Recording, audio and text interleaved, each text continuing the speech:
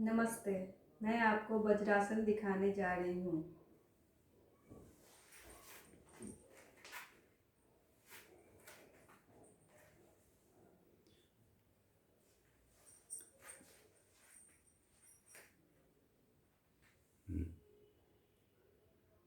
ये वज्रासन हो गया। इस प्रकार से वज्रासन करेंगे। बैक बिल्कुल स्ट्रेट होनी चाहिए। दोनों हाथों को घुटना के ऊपर रखेंगे। Back straight. हो सके तो केहूनी को भी सीधा रखेंगे और शरीर जो है पूरा सख्त नहीं रखना है, स्थिर रहेगा शरीर। अब हम इसमें जो है पीछे का पैर देखेंगे, जो कि किस तरीके से हमारा एड़ी और टो का पोजीशन रहता है। तो ये अब घूम के दिखाएंगी।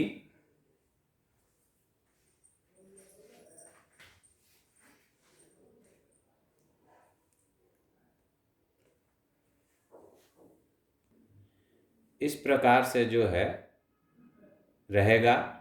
एड़ी का पोजीशन आप देख रहे हैं।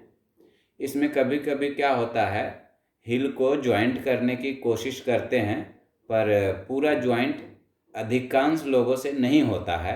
तो इस तरीके से एड़ी जो है फैला हुआ रहेगा और टो का पोजीशन जो है एक दूसरे से मिला हुआ रहेगा। जैसे कि आप देख रहे हैं, दोनों अंगूठा जो है एक दूसरे से मिला हुआ है।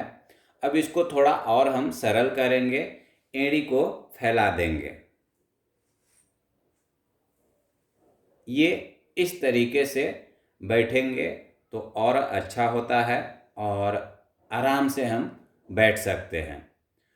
किन्हीं किन्हीं का होता है कि एड़ी जो होता है बाहर की तरफ नहीं आता है, तो ज़रूरत नहीं है, उसमें भी ज़बरदस्ती नहीं करने हैं। जहाँ तक होता है वहाँ तक करने की कोशिश करेंगे। तो ये था वज्रासन। ये वज्रासन जो है आपके पेट के रोग को ठीक करता है और प्रजनन जो होता है अंग को ठीक करता है। स्त्री और पुरुष दोनों के प्रजनन अंग को ये तंदुरुस्त करता है। और अपच की समस्या जिनको होता है, जिनका हाजमा शक्ति जो होता है गड़बड़ होता है, उनका ये अपच जो होता है वो ठीक करते हैं। स्त्री का गर्भाशय वो भी सही करते हैं और कंसीव जो होता है वो भी अच्छे से होता है। जिनको हर्निया का दिक्कत हो या कुछ ऐसा होता है तो उससे जो होता है बचाव करता है हर्निया में। शिशु जन्म के समय जो कठिनाइयाँ होते हैं या कुछ दिक्कत वो उनको भी ये सही करता है। साइटिका एक बीमारी होता है जो बहुत ही तकलीफ देह होता है, उसको भी ये सही करता है।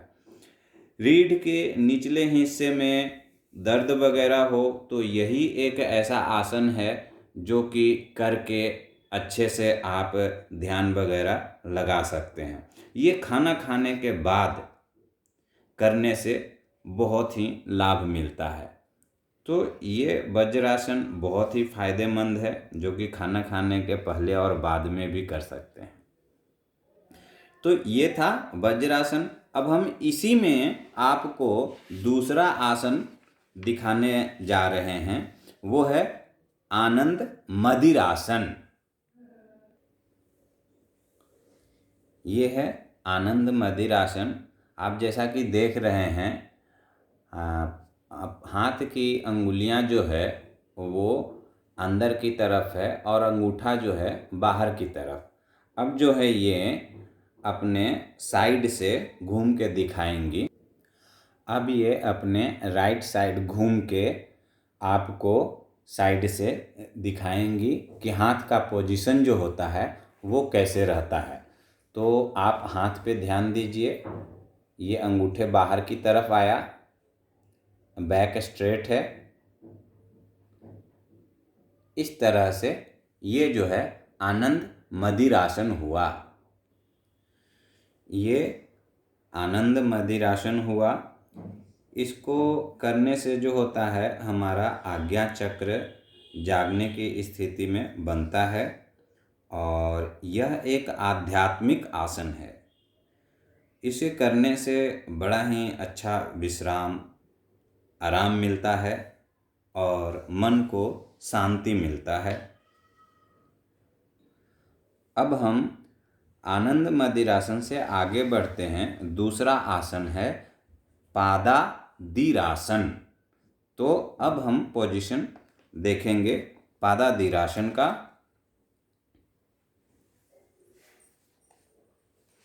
वज्रासन की स्थिति में ही बैठ जाएंगे और दोनों हाथ को राइट हैंड का हथेली जो है लेफ्ट हैंड और लेफ्ट हैंड का हथेली जो है राइट, तो यानी जो हमारा हथेली है राइट लेफ्ट आर्म पीट के जगह पे लगा लेना है और लेफ्ट राइट आर्म पीट यानी दोनों कांखों के बीच में जो है हमारा दोनों हथेली जो होता है वो दब जाता है और इसको दबने से एक शरीर में अलग प्रकार की गर्मी आता है और इस गर्मी आने से जो होता है एक हमारा इसमें हजारों हजार प्रकार की जो नाड़ियाँ होते हैं वो क्रियाशील होता है, जिसके कारण से हमारा जो होता है 10 से 15 मिनट में जो होता है बहुत ही एक आध्यात्मिक लाभ होता है और हमारा श्वसन प्रणाली जो होता है वो दोनों नथुने का जो होता है वो चालू हो जाता है हमारा। तो ये बड़ा ही एक कमाल का आसन होता है कि हमारा नाक जो होता है कोई लेफ्ट या राइट जो होता है वो एक ही चालू रहता है, पर इसे करने से जो होता है हमारा दोनों नाक चालू हो जाता है। तो ये है आनंद मदिरासन। अब हम पादादिरासन से आगे बढ़ते हैं अंतिम भद्रासन। तो भद्रासन में क्या होता है, दोनों घुटना जो है फैलाते हैं इस तरीके से, दोनों घुटना फैल जाएगा और पीठ जो है बिल्कुल सीधा रहेगा इस तरीके से। अब इसका पोजीशन जो है पीछे से ध्यान देने होते हैं कि हमारा जो है टो टच रहना चाहिए और घुटना जैसे कि अभी आपने देखे थे आगे से कैसे फैला हुआ है वैसा ही फैला हुआ रहेगा और आप देख सकते हैं दोनों टो टच है और एड़ी जो है बाहर की तरफ है। तो ये हुआ भद्रासन। इस आसन को करने से जो होता है आध्यात्मिक लाभ मिलता है और ये मूलाधार चक्र को उत्तेजित करता है। तो मूलाधार चक्र हमारा जो है इसमें बहुत ही अच्छे से एक्टिव होता है। तो मूलाधार चक्र के लिए ये भद्रासन जो है बहुत अच्छा है। अब हमने जितना भी बताए हैं वो श्वास की प्रक्रिया पर ध्यान देना होता है कि श्वास की प्रक्रिया जो है वो सामान्यतः चलता रहेगा। ऐसा नहीं कि किसी में धीमा या तेज। यहाँ पे हम यदि हम श्वास पे जाएंगे तो भद्रासन में यदि बोलेंगे तो धीमी लय पूर्ण चलेगा।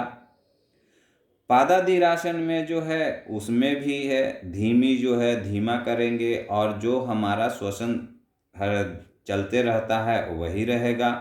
लेकिन आनंद मदिरासन में धीमा रहेगा और गहरी श्वास लेंगे इसमें।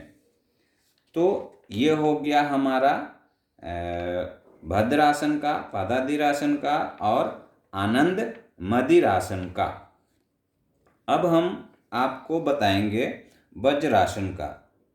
तो वज्रासन में जो होता है यदि अधिक देर के लिए बैठ रहे हैं तो आपको श्वसन पर जो है ध्यान देना है, वो सहजता बना रहेगा। तो ये था श्वास के साथ।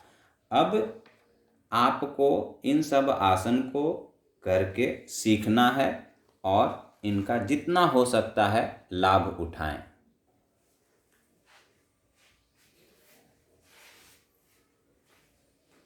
नमस्ते।